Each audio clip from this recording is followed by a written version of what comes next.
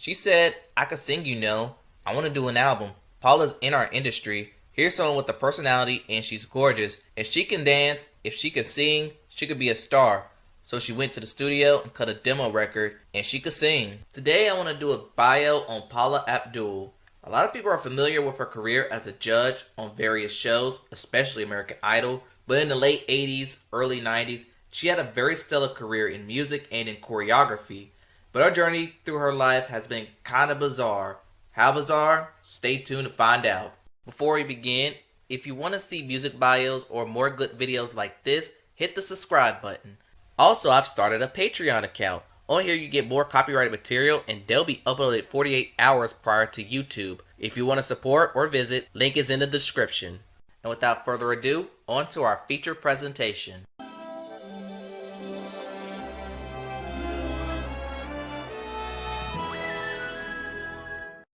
Paula Julie Abdul was born on June 19, 1962. Her father was born in Syria but raised in Brazil before immigrating to America. At an early age, she developed an interest in dancing. She enrolled in tap dancing lessons and jazz dance lessons at the age of 7.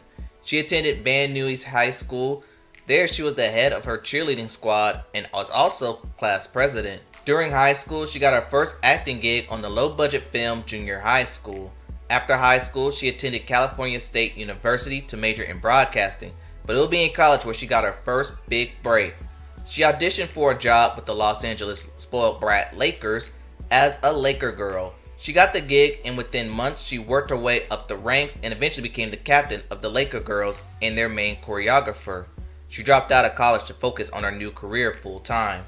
While being a Laker girl, she was discovered by the Jacksons. They needed a choreographer for their upcoming Torture video that did not feature the lead singers Michael nor Jermaine.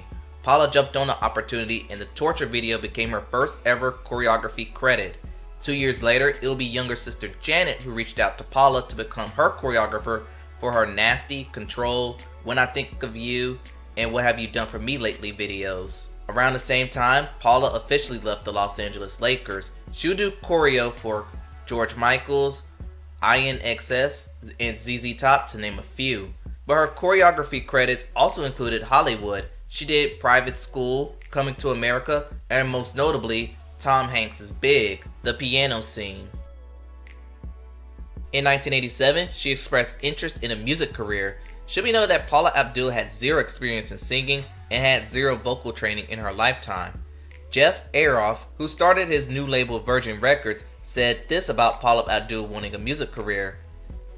She said, I could sing, I want to do an album. Paula's in our industry. Here's someone with a personality and she's gorgeous. If she can dance, if she can sing, she could be a star. So she went to the studio and cut a demo record and she could sing. The label realized her vocal potential and added on that she has the look and dancing that could sell. They signed her to a record deal. For her debut, Virgin wanted Abdul to work with some of the top producers in the game like LA and Babyface, members from Tom Mara, Glenn Ballard, Sadia Garrett, among others. That debut was Forever Your Girl, released in 1988. Her debut single was Knocked Out, but the song was only a modest hit.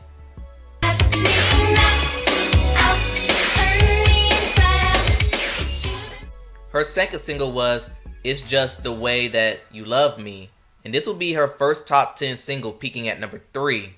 But her third single, Straight Up, will be the song that'll catapult her to mainstream success. Thanks in part to the video, the song became her first #1 hit. Straight up now, tell me, do you really wanna love me forever? Oh, oh, oh.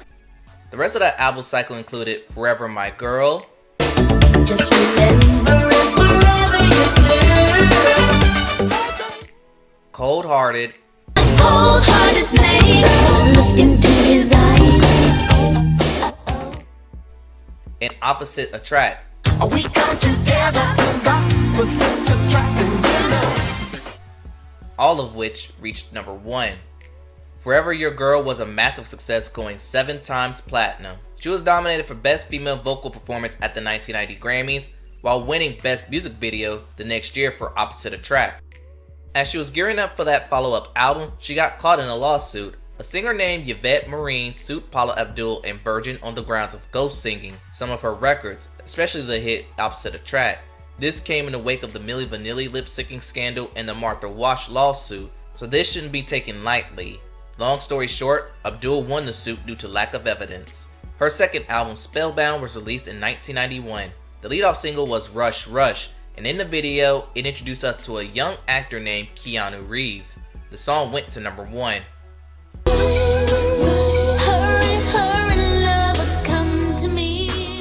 The song followed up with Promises of a New Day, which became her 6th consecutive number 1 hit, which became a then record, as Spellbound went 3 times platinum.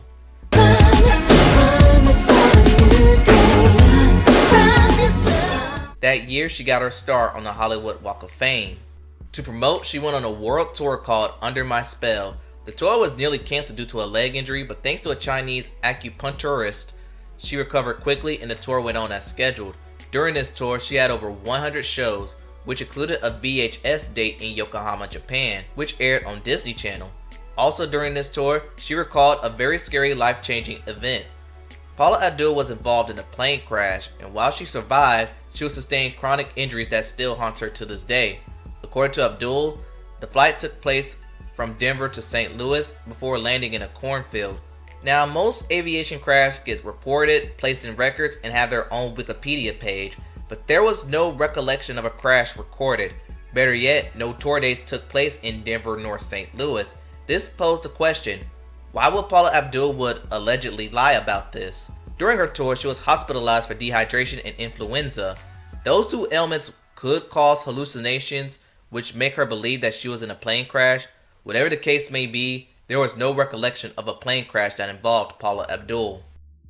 In 1992, Paula Abdul married actor Emilio Estevez, but in 1994, the couple separated and eventually divorced. Cheating rumors were thought to be the cause of the couple's demise, but it ended up involving children.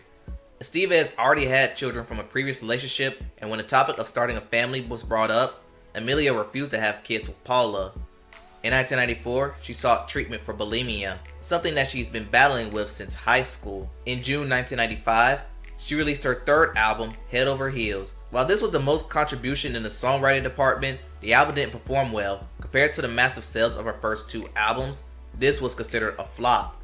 The next year, she married designer Barry Beckerman, but like the previous marriage, it barely lasted 2 years. But Paula started to transition into acting. She started off in random guest roles, but landed her first big role on the television film Touched by Evil. In 2002, she became one of the main judges on a new show called American Idol. On the show, she was known for her very nice critiques of the singer, followed by Randy Jackson's mild dog criticisms, and finally, Simon's harsh criticism that contrasts Paula's input. This will leave Paula and Simon getting into some of the heated on-air arguments, which caused ratings to increase. She contemplated on leaving the show early in its run, but it will be Simon himself that begged her to stay. During one season, a singer named Corey Clark was a contestant, auditioned for American Idol, and was able to go to Hollywood. Fun fact, he was part of a Las Vegas group called Envy that featured Neo and was infamously booed at Showtime at the Apollo. Las Vegas, Envy! During his season, he would get disqualified from the show after failing to report his prior arrest record. But that would be the least of Paula's problems, because years later, Corey came out said he was in a romantic relationship with Paula Abdul. According to Clark, he would get coached off air and even gotten sexual. Paula obviously denied those allegations. She could have been removed from American Idol, but due to insufficient evidence, she kept her job. In 2006, she became a judge on the X Factor UK alongside Simon. But that same year, she got into a battery incident when an unnamed man grabbed her arm and threw her across the room. She would sustain a concussion and have spinal injuries as a result. The next year, Bravo gave her a reality show called Hey Paula. The show followed Paula in her day-to-day activities, and while she displays a nice girl on American Idol, this show displays the harsh diva side. The series wasn't successful and was canceled after 7 episodes. In 2008, she started to make a comeback to music. She made an appearance on Randy Jackson's album Music Club Volume 1 on the song Dance Like It's No Tomorrow. The song reached number 62 on the Hot 100, her first charting single in a decade, but number 2 on the dance charts. Stay right here on the floor. Get lost in the night and dance like there's no... In 2009, she released another song called I'm Just Here for the Music. and it was reported that she was working on a comeback album, but nothing never materialized. In season 5, a woman named Sandra Mae McIntyre auditioned for American Idol. She was a big stan of Paula Abdul, where at the age of 16, she illegally changed her name to Paula Goodspeed. She received 3 no's from the judges, but Paula was familiar with Goodspeed before the audition.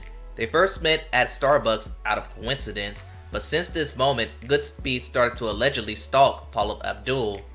After her American Idol rejection, the stalking got worse. Paula started to receive roses from Goodspeed, blowing up her cell phone, writing many letters. Fast forward to 2009, Paula Goodspeed was found dead outside of Paula's home. Surrounding her was prescription pills, photos and drawings of Paula Abdul, and CDs of Paula Abdul. They ruled that her death wasn't an accident, but intentional. She was 30 years old. After her death, the media, including Paula Abdul, branded her as a stalker, but relatives of Paula Goodspeed dispute these claims. It was announced that Paula Abdul wasn't going to return to American Idol for season 9. Abdul, who was earning $5 million a season, was looking for $20 million to come back, but negotiations fell through. She stayed in the reality show circuit. She started a show called Live to Dance, but it only lasted 1 season. Next year, she reunited with Simon Cowell on the first season of X Factor USA, but left after 1 season, being replaced by Britney Spears. She was guest judge on Dancing with the Stars, So You Think You Can Dance, and RuPaul's Drag Race. In 2016, Paula returned on stage for the first time in 26 years. That same year, she went on tour for the first time in nearly 26 years, teaming up with New Kids on the Block and Boyz II Men. In 2019, she announced her first Las Vegas residency called Paula Abdul Forever Your Girl. In 2020, she became the judge of the lone season of The Masked Dancer. In 2021, she returned to American Idol as a fill-in judge for Luke Bryan. In 2024, she reunited with New Kids on the Block for the Magic Summer Tour. Once that tour will end, she will embark on a Straight Up to Canada tour. Through the highs and lows, Paula definitely bounced back on her feet. And that concludes the story of Paula Abdul. Tell me what y'all think in the comments below. Don't forget to like, comment, and subscribe to the channel. Thanks for watching, and I'll see you next time.